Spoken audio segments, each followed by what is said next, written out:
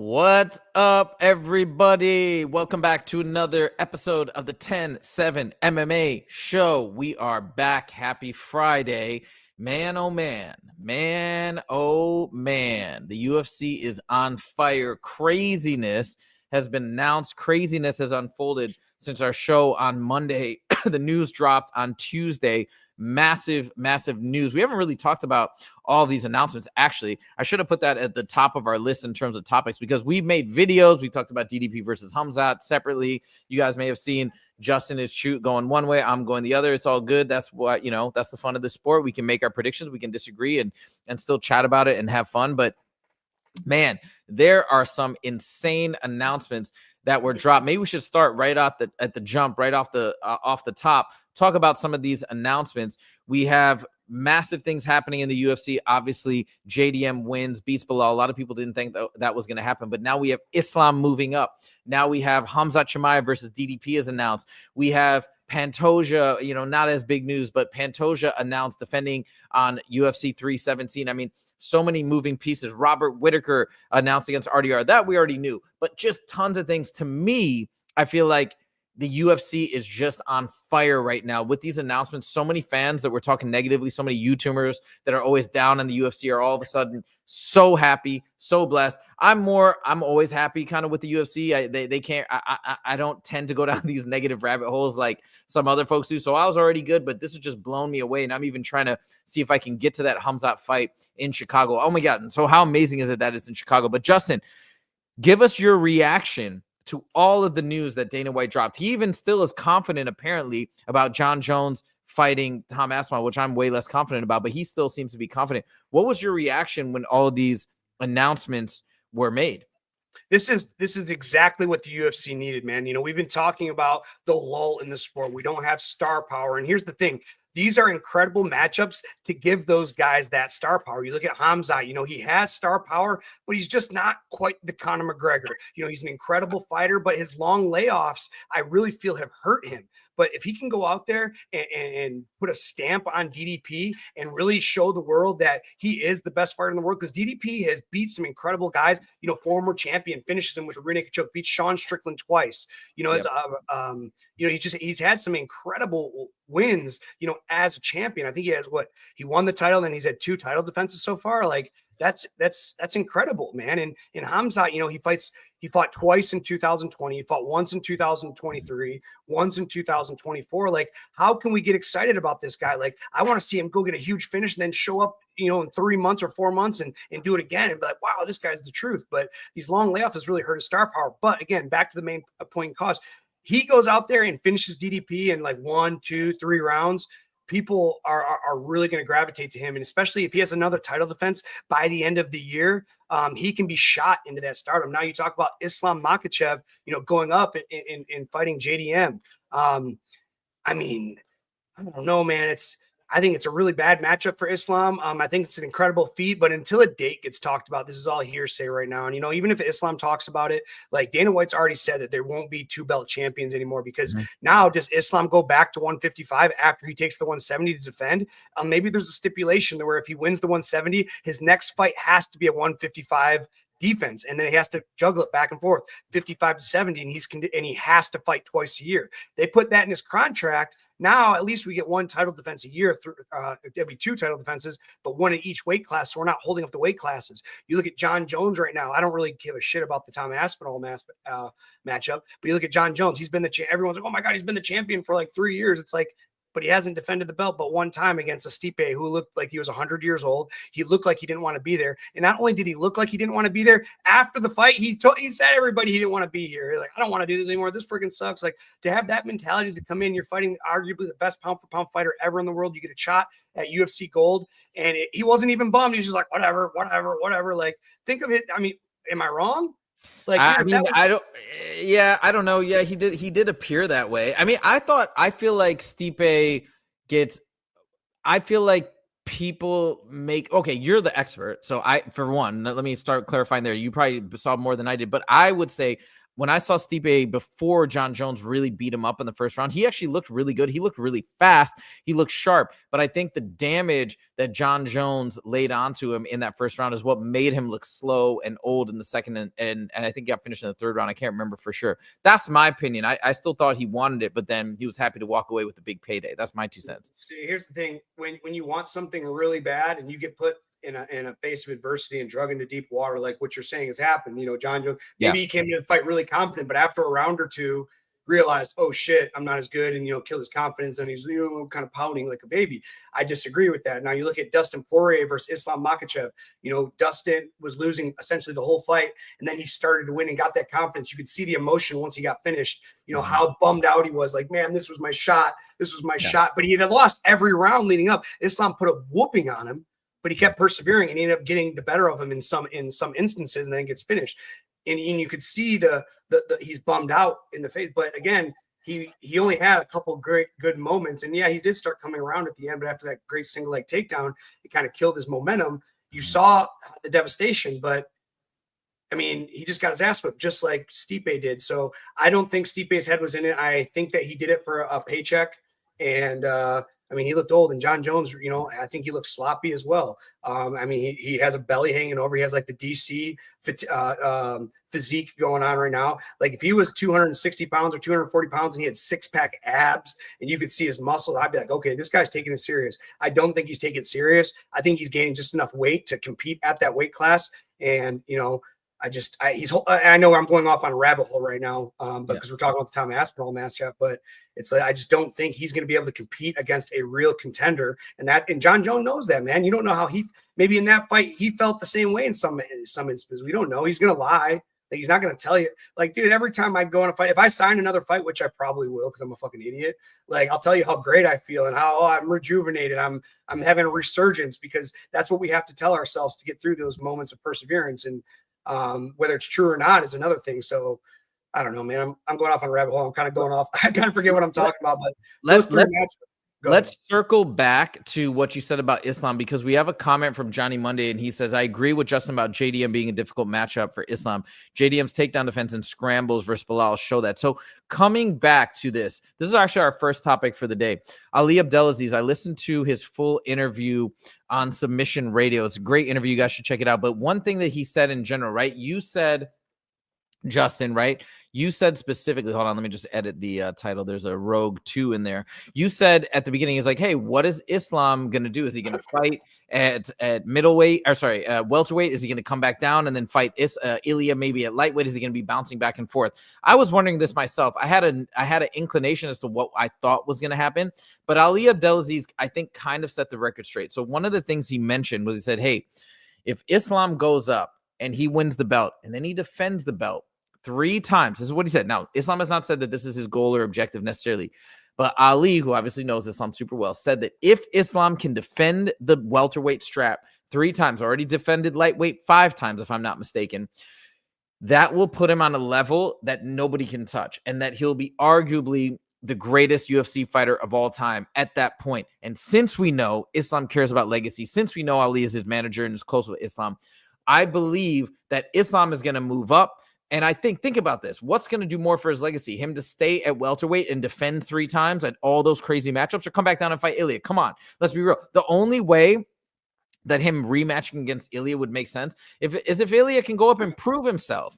He's had 1 title defense at featherweight. Granted, it was a big title defense, but let's see what he can do. Can he get the strap at lightweight? Can he smash everybody in the lightweight division? Then we can talk. But I'm not even sure that that's going to happen. I think Charles Oliveira is going to get it done. So that's what I think is going to happen, and that's from Ali as well, that Islam is going to stay at welterweight and try and get 3 title defenses and then peace out. So Justin, my question for you is, if this is true, you know Ali, you guys have trained multiple times, you guys have even scrapped. If you guys didn't know that, Jim War, like, little thing that happened between you guys. I didn't do it one time, guys. I can talk about it. It's a total thing. Like, we sparred a lot, and I'll keep it short. But yeah, me and Ali sparred a lot, and I was getting ready for a fight. I was the 1 fight before him at the UFC, and he threw a flying knee and hit me right in the face. And if you elbow me in training or you hit me with a knee in the head, that tells me that you want to fight. And me and Ali freaking scrapped, man. I remember there was about 30 seconds to 45 seconds left in the round, and I dropped him, and he got back up, and he's swinging at me, and Eric Nixick had to jump in the middle of us. And I just remember him walking away, and he's like, "This guy needs to be in the UFC. Why isn't this guy in the UFC?" And the very next fight, after I won my next fight, I got called to the UFC. So that's so great. I mean, Ali, but that's how he respects me. I have his phone number. I can call him. I can text him. He'll answer. He respects me because of that moment. Although it was heated in that moment, Ali Abdelaziz, I can't pronounce his name. He respects me and always will. Now, talking about what he said about Islam, if you think this is true, right? And I do believe it's true to be true. I do think that makes sense for Islam's legacy, much more so to go up and win the welterweight strap, defend it multiple times versus going back down to lightweight. Do you think he can do it? Do you think he can beat JDM? I know you're a little sketchy on that, but let's say he gets through JDM. Is this a possibility that he could actually defend against Shavkat, against Ian Gary, maybe Sean Brady? I mean, it's crazy competitive in the welterweight division. What do you think?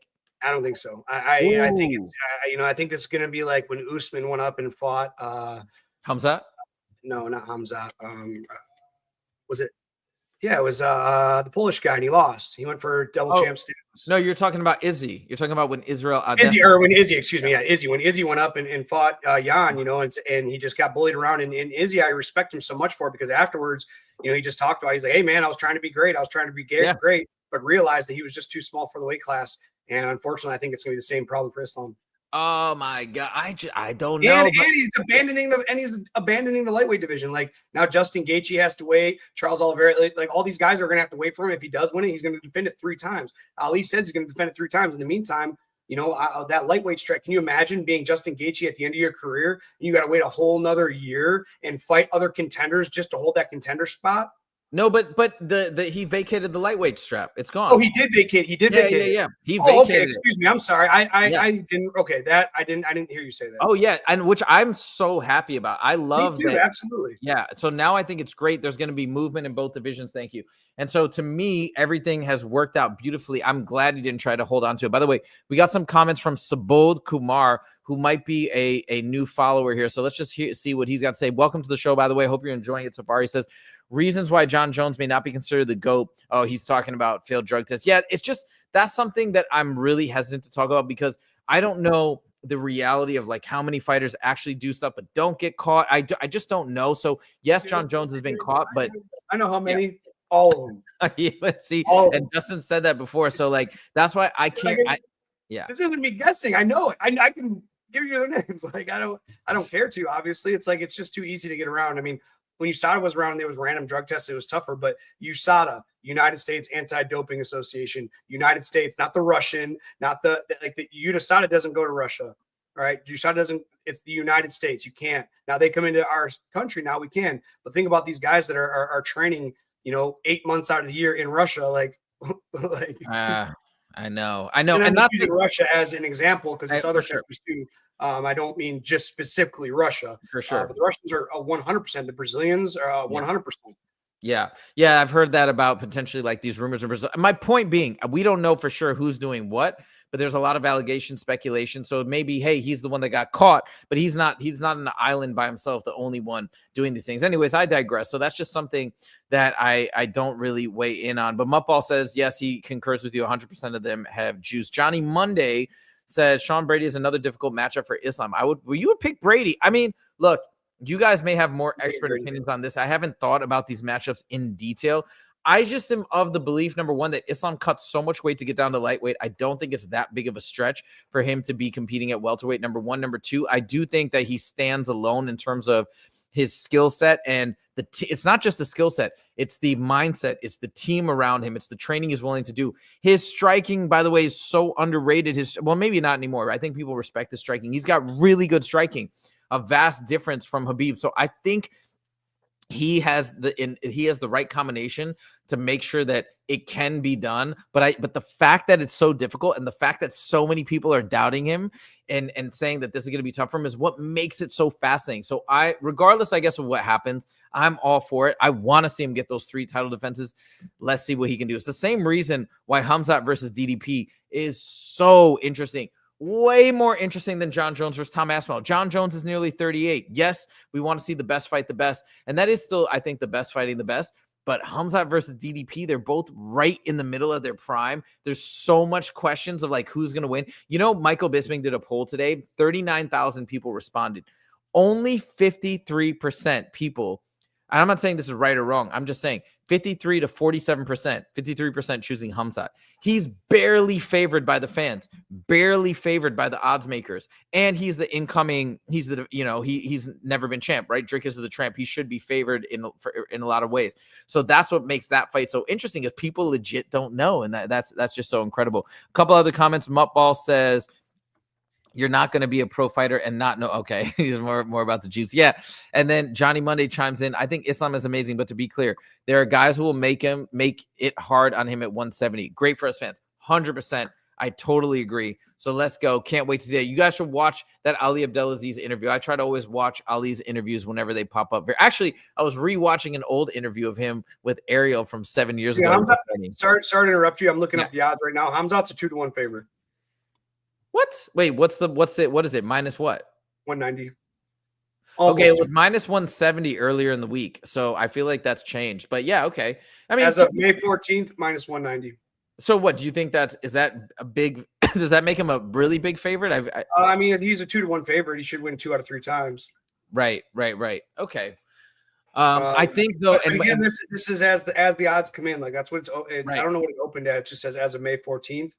So they could change, you know, and I don't really look at the odds until the week of. I don't get odds this far out because there's so many changes going on. I like to get them like the day of or the day before. Now, here's the thing. If Khamzat opened up at minus 170 and he skyrockets to like minus 250, which could happen because guys are going to want to put money on him. The degenerates are going to pay 2-1, you know, on their money. I mean, put some money on Dricus, dude. He's going to be if he's that high, it's usually 40 less. So he'll probably be about a 2-1 underdog. So you put $100 on it, you win $200. I mean, I think there's value in that as well.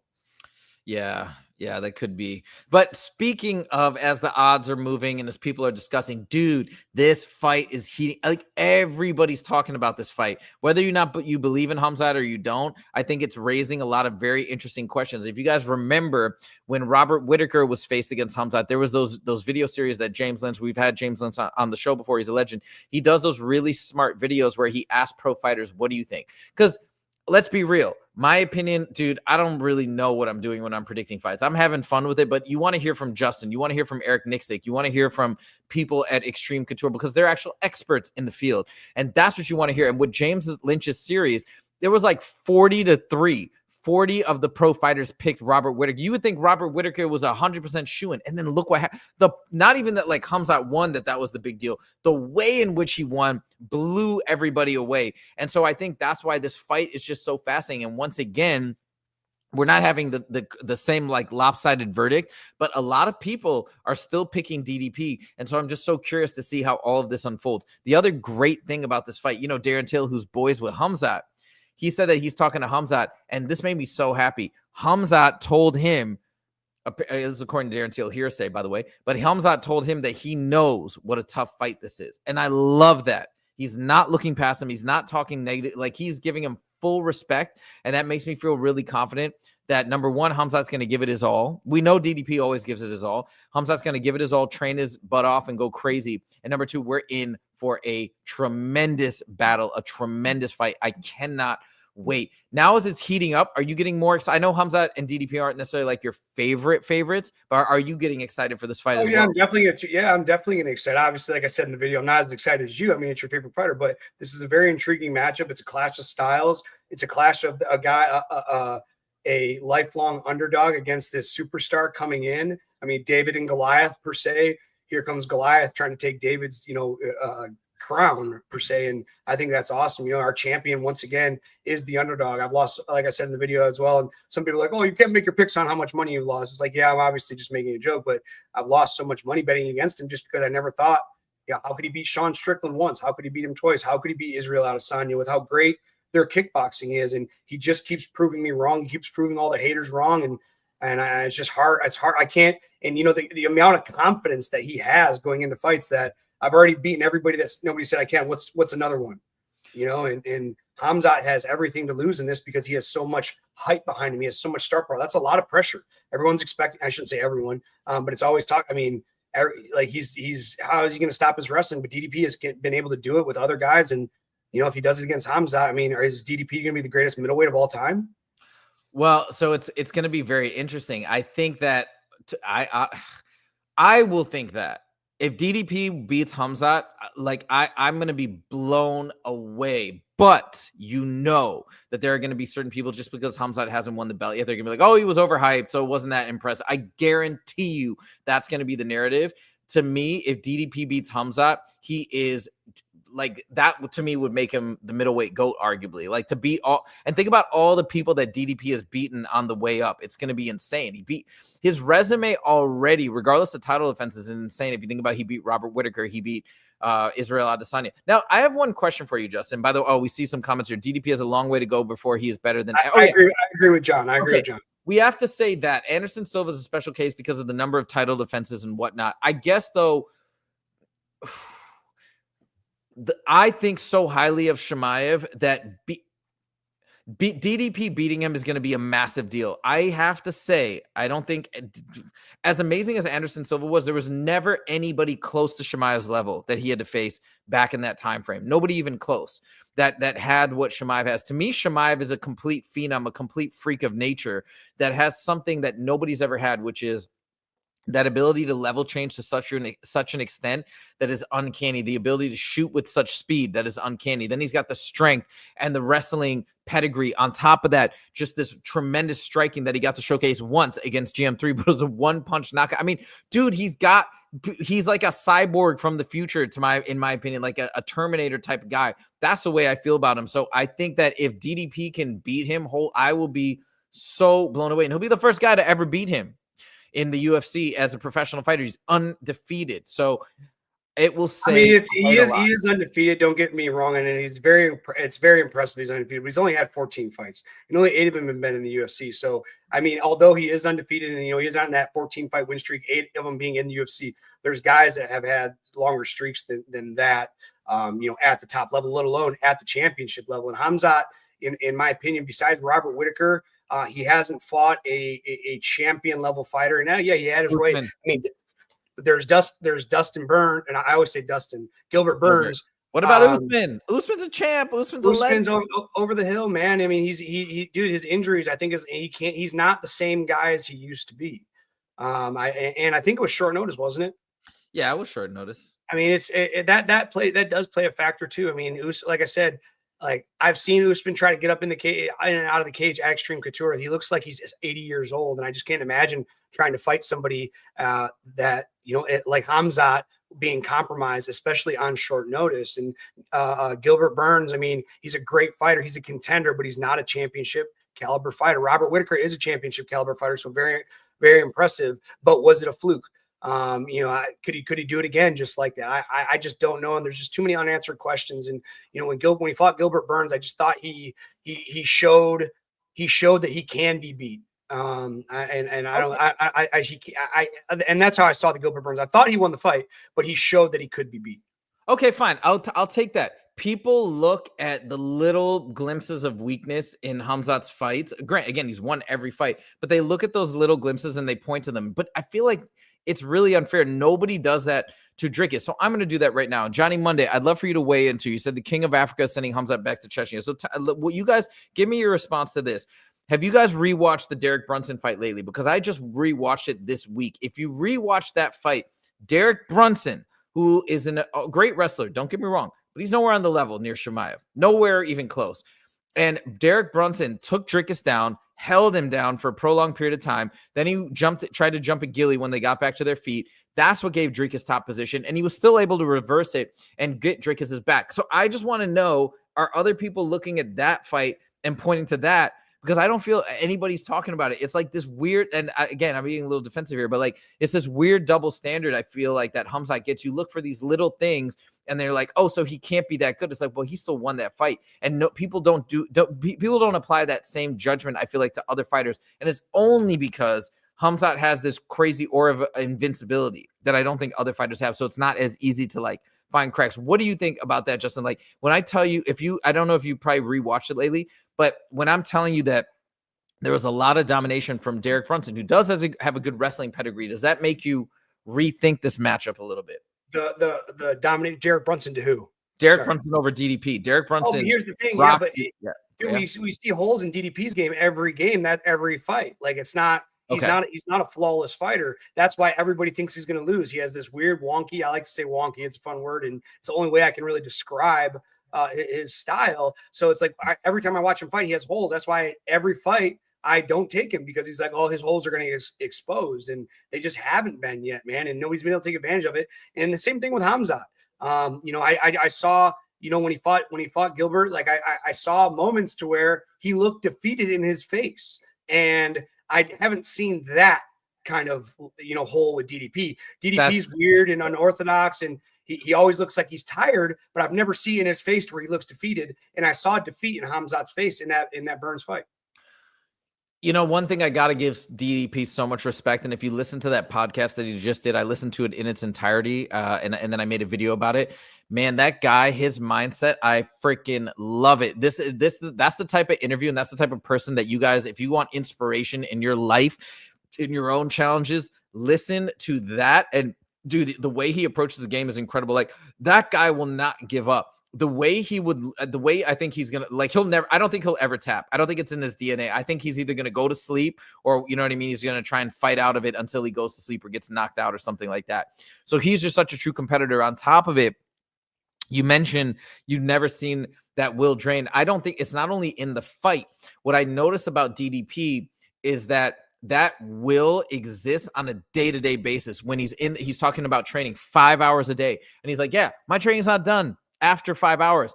I'm continuing to be on the clock when I get home. I've taken notes that day. I have long conversations with my coach about different things. Then I'm reviewing my notes at night. I'm like, oh, I love that. Because I've always said this too.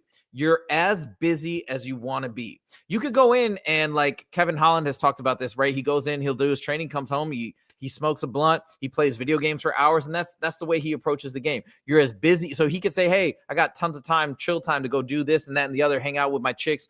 And yeah, that you could do that. But again, Drickus is in the same line of work, but he chooses to have a packed schedule because he's using all those moments specifically to constantly improve himself. And he's found ways to try and be better outside of the gym because that's how dedicated he is. And to me, that is a testament to, well, obviously why he's champ, but that tells me that he's going to come in massively, massively prepared, both outside and when it gets to inside, he's going to be mentally rock solid and is not going to give up. But anyways, there's something to go back and look at. There's something to emulate, I think, for all of us, even those of us who are not fighters. Now, I want to hear Johnny Monday's comment. He just posted something. Let's see what he says.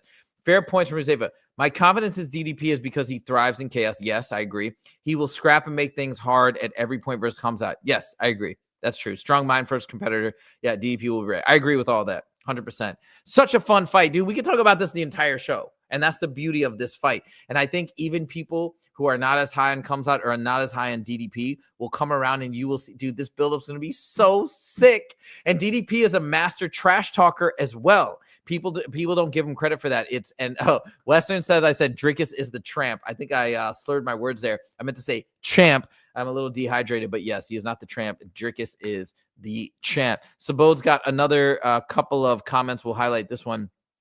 DDP by ancient arms of Plessy punch. I think he's talking about when he looks like he's just throwing punches and like walking forward and doing all sorts of crazy stuff. I think that's what you're referring to. Anyways, this fight is incredible. Let's see what happens. All right, moving on to topic number 3. We touched upon this.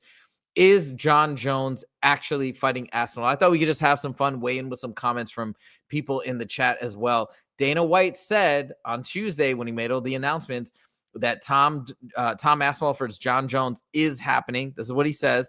I think people are speculating that if it does happen because of John Jones, that they're going to do it in November in Madison Square Garden. That's where John Jones likes to fight. So it's going to be 1 year from John Jones's last fight, and he's going to make Aspinall wait until then.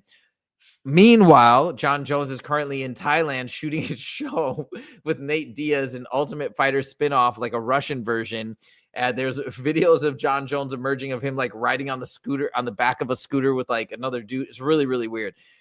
Justin, let me turn it over to you. with these announcements, with what Jon Jones is doing right now in Thailand, Tom Aspinall getting aggravated, saying he's going to get an answer, Dana White assuring us that this fight is still happening. Where do you sit? Do you think this is happening in November? I don't have an opinion. I couldn't care less. I don't even. So maybe. I've lost so much interest in this fight. Like me too. I'm more excited about the Khamzat DDP fight because these are two way more fighters, man. Like these are two guys that want to get in there and put it on for the fans and make each other hurt, make each other bleed. Jon Jones is acting like a businessman. He's playing all these mental manipulations with Tom Aspinall, with Dana White, with the UFC, with all the fans, and it's just lost so much luster. It's to a point to where if I have anything else to do that night, or maybe if I'm just tired, I'm not even going to watch the fight, to be honest. And if I do watch it, I'm just going to hope to watch Jon Jones lose, just because of all this. It's just annoying, bro. Like, just retire, go off. Everyone thinks you're the greatest of all time. Like, stop this whole heavyweight debacle. And there hasn't been a heavyweight title fight.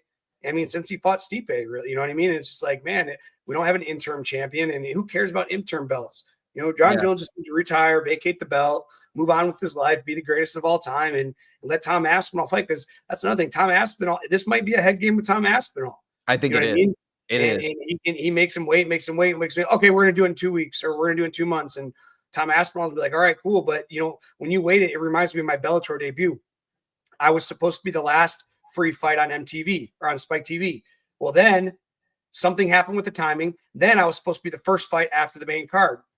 And then something happened to where I had to wait 2 more fights. I had to be the last fight of the card. My mentality, although I won the fight, was like, I was just like, oh my gosh, like, is this fight ever going to happen? I actually thought at one point it was going to get canceled. And I feel Tom Aspinall is probably going through the same thing right now. And I can really feel for that. People have said that know Jon Jones. They're like, yo, he begins planning and prepping way before the fight is even announced, like studying his opponents, doing different things, playing mental games, you know, delaying tactics because he's the star, he's the GOAT. So he can do that and will do that. And that's what makes it so interesting. Jon Jones is so surgical with all the crap he does. By the way, Sabode's posted this comment like many times. Well, I'm gonna read it for you, okay? But you don't need to keep reposting the same comment. I got you, dog. So it says, Rampage, 9 years older than Jones. Shogun, 5 years older than Jon Jones. The older generation of light heavyweights all had the courage to take on a young, hungry Jon Jones, but now he's making excuses. I mean, I've heard it's not even about that to me. Look, I said this from the get-go. Jon Jones has done more than enough to walk away and be done. And he does not have, I always said this, he does not have to fight Tom Aspinall. I was happy with him retiring after Stipe. I was one of the few people that was like, nah, he's not, you say he's ducking, but you can always say somebody's ducking. What, you can say Islam's ducking Ilya? It's stupid. So he's done enough by far. But now I am getting aggravated as well, just because it's like, you fought in November. We know what you're doing, but the fight's been talked about and dragged on for so long. It's just losing its luster and losing its appeal. Now, I will admit, I'm going to watch the fight. I'm very curious if it does happen. I will have to watch it. But when you said you're more excited for Chimaev versus DDP, well, that's like a logical perspective because DDP and Chimaev, they're both in their prime. They're in the thick of it. Khamzat could be the greatest fighter of all time. Like, this is a big deal versus Jones. As interesting as it is, I think it's more interesting for Aspinall fans. That's my opinion because Aspinall's young. He's hungry. He's poised to get a big scalp if he can beat Jon Jones versus Jon Jones. It's like, yeah, it's a dangerous opponent, but he's also 38, right? He's near the end of his career. I don't feel he has to take it. So anyways, it's really lost its appeal to me. I guess I think it's happening in November, as people are saying, but we shall see. Muttball, we got a comment here. He said, Jones should retire or actually fight people. The biggest mark in his legacy is that he never fights. Very off-putting as a fan. Yeah, we shall see if this actually gets announced. By the way, got to highlight MGAL4 Productions. Chimaev going to take him out. Let's go. And he says also Jones versus Aspinall in November. We shall see. Okay. Let's move it along to topic number 4. Now, this is a very interesting one, Justin. I dropped a video on this earlier this morning. You saw the link. I want to get your thoughts on this as a fighter. This is crazy, okay? So, Bo Nickal he's hated, dude. People hate him. And I think I'm really starting to figure out, it all goes back to the same equation, but something happened yesterday, which I wanted to highlight on the show, and I want to get your thoughts. We talk about this all the time. Authenticity or lack thereof. That's a lack of authenticity, I think, is a massive turnoff to people in general, but especially fight fans. We feel like you're portraying something that is not really who you are, and then we see that in real time, it's a problem. And I think that the issue as to why Bo Nickal is so disliked is because he likes to present as a very upstanding guy, a family guy, a religious guy, etc. All these things is just like kind of like a staple politician, right? Like, I'm all about family. I'm going to say the right things. I'm going to pray for my haters, this type of thing. But then when people either, one, don't believe it, or two, it's verified that it's BS, people get triggered. People get upset. You're trying to be a good guy and you're BSing us, right? So I want to show you guys something that happened. We're going to juxtapose two different interviews against each other. And this is in the video if you guys want to check it out later on. I made a full breakdown of why people hate Bo Nickal. But check this out. So first, this is the interview on Ariel's show where he's referencing the haters, okay? And I think people didn't really believe this. I didn't believe this because I'm like, dude, you can't really feel that way when everybody's throwing hate on you right after you lose. Check this out. To me, like, how mad it makes them that they see some of this stuff and they're like, I'm going to tell these people off, this and that. I'm like, just let them be. It's fine. It's part of the job, and it's my life. And so I think that the hate and the negativity, I'm totally okay with it, totally comfortable with it. And I just honestly like pray for those people and hope that they aren't just like they're the only reason that they can send that in my direction is because they're full of that. And so he's taken a very like high road. He's trying to take a high road. But I think when you watch him, I think a lot of people are like, dude, are you for real? Are you just saying this because this is what you're supposed to say? Being like a collegiate athlete and, trying to present this really like good guy, positive image. And then this came out. Justin, this is crazy, dude. You probably haven't seen this. He has his own podcast, right? And I guess he released an episode after the RDR loss and talking about all the negativity. And listen, and he put this out there and then he edited it out and somehow the footage got leaked. Listen to this. Ready? And all the people that it's interesting, of course, you mentioned there's a lot of positive and a lot of negative. Keep in mind, he's praying for the haters. He wishes them the best. He believes in God, and that's his foundation. And he doesn't care what anyone says because it doesn't affect his life. Negative, all the negative. For me, I look at that and all I say is just like, suck my. At the end of the day, like, say what you want, but when I get back on top and when I'm the freaking champion of the world, all crawling back. You all get back on top of what? The guy sitting across from you? I know you damn well he ain't talking about get on top of the UFC. And again, remember the picky guy, how to the haters so widely the MMA Joey hates Bo Nickal, so we can't. You know what I mean? I'm just letting you guys know. But listen to this next part. I'm back. They always do. They always do. And I'll spit right in your face as soon as you crawl back. And here's the thing. Okay, so he says they can suck his whatever, and he's gonna spit in their face. To me, this is exactly gets to the heart of I think why Bo Nickal's having a hard time with fans. There's nothing wrong with saying that. You probably have said stuff like this, right? Yeah, I know it's hilarious. But you've probably said stuff like this. Yo, you guys can blah blah. You've talked smack to other fighters. You've gone dark there. You wouldn't cut that out. That's just you being real. In this case, I don't fault Bo whatsoever for saying this, saying you can do this to him or he'll spit in your face. I say what he should do is just embrace, if that's what he really feels. I know he's trying to present himself as like a good role model. I say lean into it. Tell the fans to F off. And I think that's going to be tremendous for him if he cares. Maybe he doesn't care. Justin, what are your thoughts? What's your take on my opinion, my perspective here?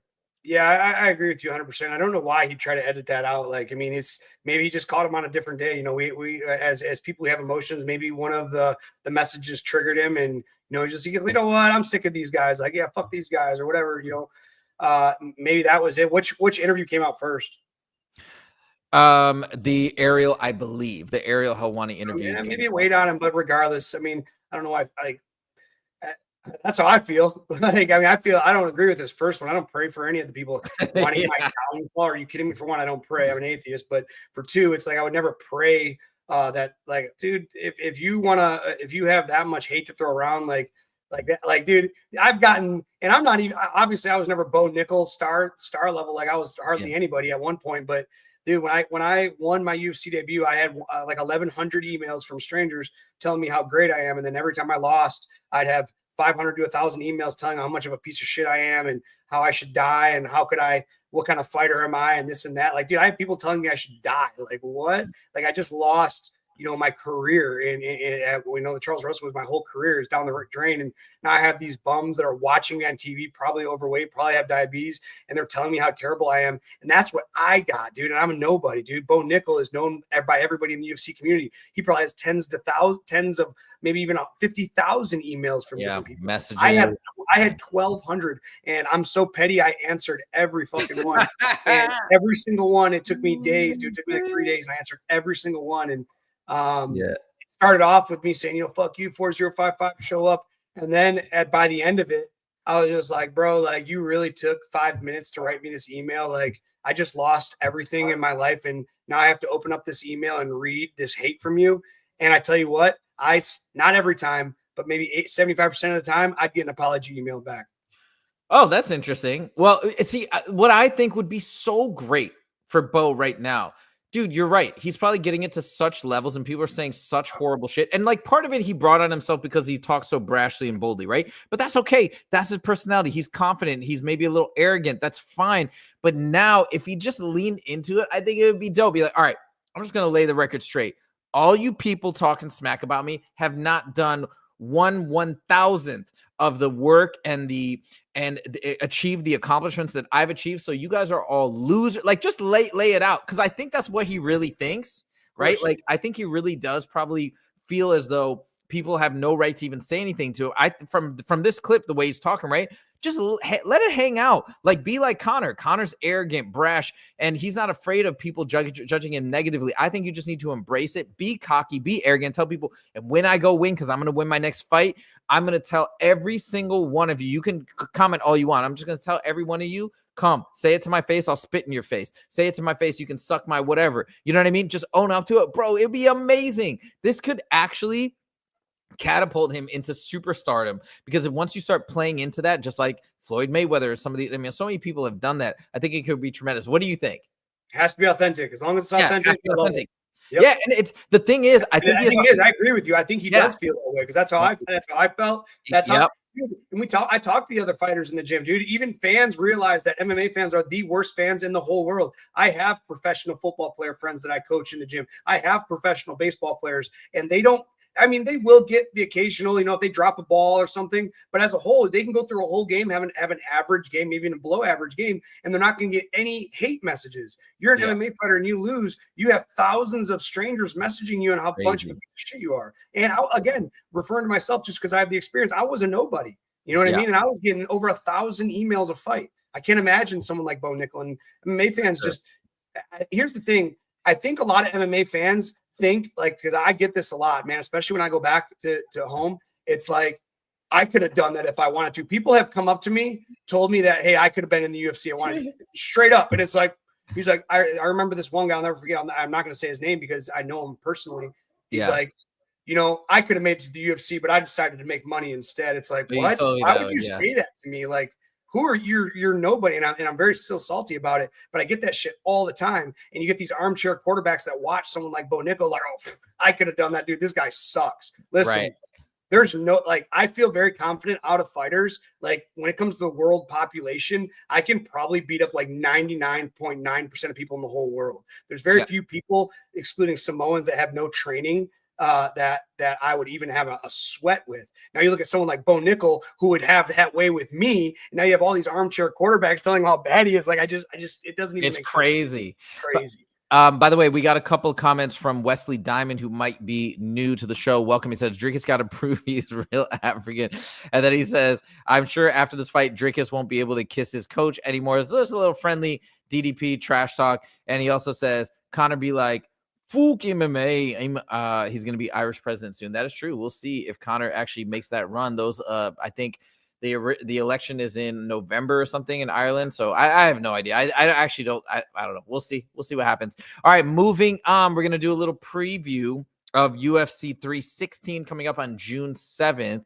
We got well, I was about to say our boy. He's not really our boy, but we're big fans of Sean O'Malley because he comes to Fusion Fight League. He's a former Fusion Fight League champ. You know, we see him and Tim Welch at the shows in Montana. You guys should come there soon. Next fight is June 28th. I wonder if he'll be there. He might be. That's International Fight Week, though. Is it in Great Falls? No, it's in Missoula.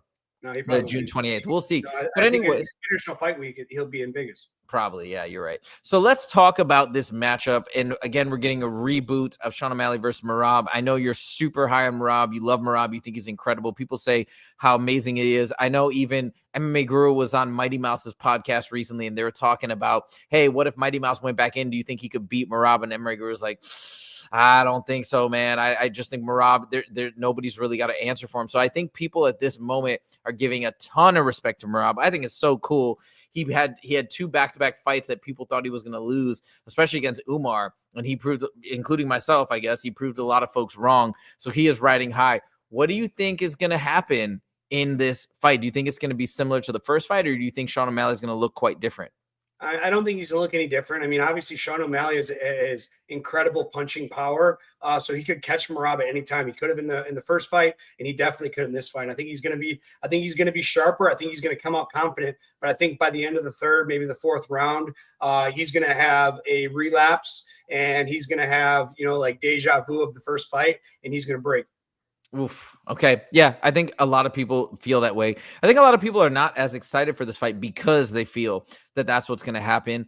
And again, don't listen to me for picks or bets because I'm picking with my heart. But I want to believe that Sean O'Malley can get the job done. I want to believe that the torn labrum substantially affected him because obviously I made a whole video breaking down what a torn labrum is. I listened to some doctors on YouTube talk about what it can do, that injury to athletes. And I think that actually substantially affected his ability to throw kicks, his movement, his footwork, his distance management, which are all things that are very, very, very important to his fighting style. I think we're going to see a brand new Sean O'Malley as a result of that recovery. Now, the only thing that I'm worried about is there was that video that came out not too long ago. We didn't make a video about it because I wasn't sure how important it was, but we saw Sean O'Malley on crutches at like the build site of his house or Tim Welch's house or something. So people started panicking about that. I want to pray and hope that that was just a minor sprain and he's fine because I'll be devastated if he has to come in and fight with another major injury. That would suck. But assuming that was minor, assuming the torn labrum healed correctly, and assuming he's doing all the right recovery work, which he is, that's one major benefit to Sean O'Malley. I think he's going to get it done. Controversial take, probably unpopular take, but those are my thoughts. Okay, the last fight that I wanted to talk. Oh, Muttball has a comment here. Oh, we got some. I want O'Malley, but it's so hard to go. I know. Johnny Monday says Sean by KO. Let's go. Let's see what happens. Bilal versus Merab. Yeah, let's see that, Wesley Diamond. That'd be a good one. I think they're a little bit too far apart in weight classes, but you never know. Okay, last fight I wanted to highlight on UFC 316. Obviously, not a lot of people are talking about it because it's not on the main card, but kind of a little interesting. I think it's a very, very interesting fight that a lot of folks didn't even realize was on the card. I was just looking at the card. Of course, we have Juliana Pena versus Kayla Harrison, some other good ones on the main. But Kevin Holland versus Vicente Luque, this is an interesting fight. Vicente Luque at one point was not that far off from a title shot. He was near the very top of the welterweight division, had a couple losses, but Vicente Luque is super, super dangerous. And we see Kevin Holland almost on a bit of a resurgence after his last victory. Justin, first of all, I don't know how much you know about both these fighters. What do you think of this matchup, and what do you foresee when Kevin Holland faces Vicente Luque? I'll be honest. I think Kevin Holland is very comfortable being a gatekeeper. I think he's very comfortable and he's okay with losing fights. So I have Vincent Luque in this fight. I think Vincent thinks, in his head that he still believes that he can be the UFC champion or he can get up there. Kevin Holland, I don't think he has that same drive that, really might hinder his training. It's like, it's just another fight. Like, I might win, I might lose, but he doesn't have that drive to be the champion anymore. I think he's okay with winning fights occasionally, not losing his contract, and being that gatekeeper for the UFC. He shows up. I mean, I love him on podcast. I like Kevin Holland a lot. I think he's an incredible gatekeeper. He's great on the mic. He has this. He wears a cowboy hat. I really like that. I think that's funny. And he's a very intelligent guy too. I don't think he's some idiot. I think he's really intelligent. And I think just in his head that he's just like, you know what? I like to fight. If I win, I win. If I lose, that's okay. As long as I don't lose my contract, I'm going to get a steady paycheck. And Vincent Luque, on the other hand, has a different mentality, and I think he's going to win that way. I 100% agree with you. Another thing, this is this is why I love to listen to the Fighter podcast, the interviews where they break down their lifestyle, their approach and philosophy to life in general. We see Muppo, Kevin the Company Man. Yeah, for sure. So here's the thing, okay? You listen to DDP, listen to his approach to the game and contrast it with Kevin Holland. DDP spending 5 hours training, having conversations with his coach after the fact, game planning specifically for fighters, developing a style literally intentionally to confuse his opponents. And then he's going back and he's reviewing his notes. He's not off the clock when he leaves the gym. He's not off the clock when he's done training. He is constantly on the clock. And now I've talked about the parallels between fighters and also just general approaches to business.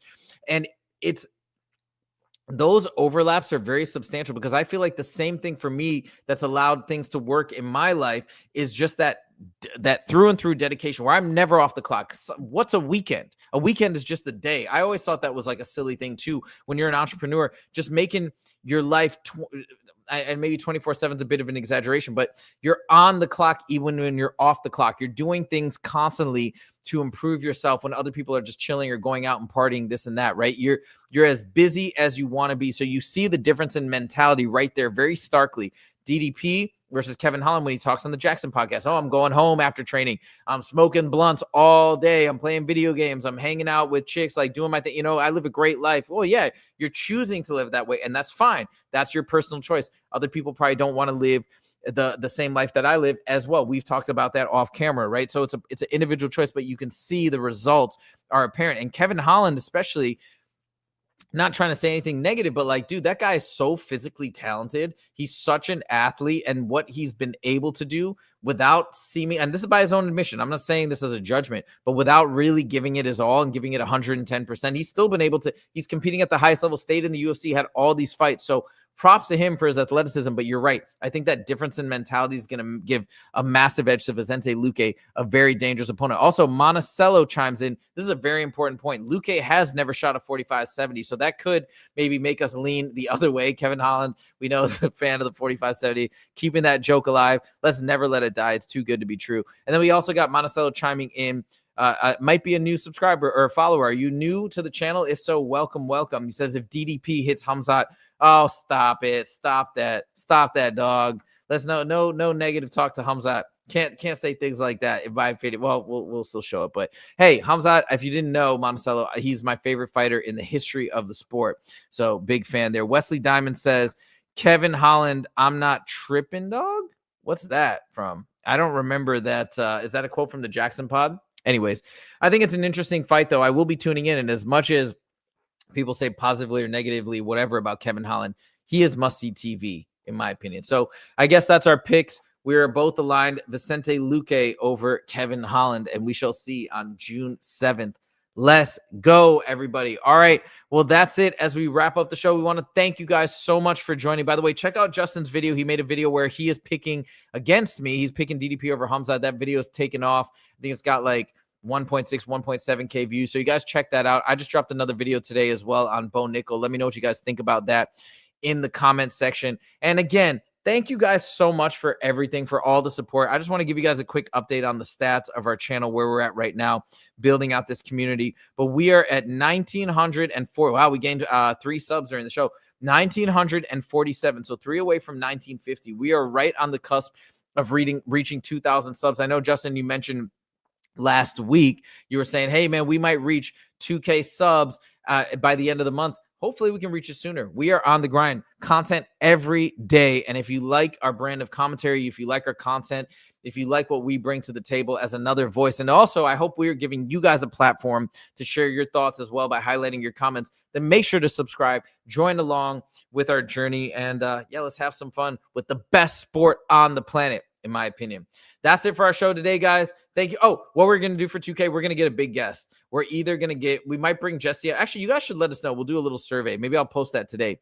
But we could try and get MMA Joey on. We could try and get our boy Jesse on Fire, who helped us start the channel. I'm sure he'd be willing to do it. Get some fighters too, guys. If you guys think of some fighters, Eric Nickstick could be an option, maybe. Yeah, I don't Eric know. Nickstick, Dennis Davis. I mean, a lot of the fighters don't like to do podcasts because they just have so many of them to do. Sure. Yeah. But I mean, a lot of them are personal friends of mine, man. So if there's a name that you like, let me know, and I'll let you know in the broadcast we can. Yeah. Bring John Morgan back. Hey, we got to do a singlet. We got to put a singlet on. On Huzefa.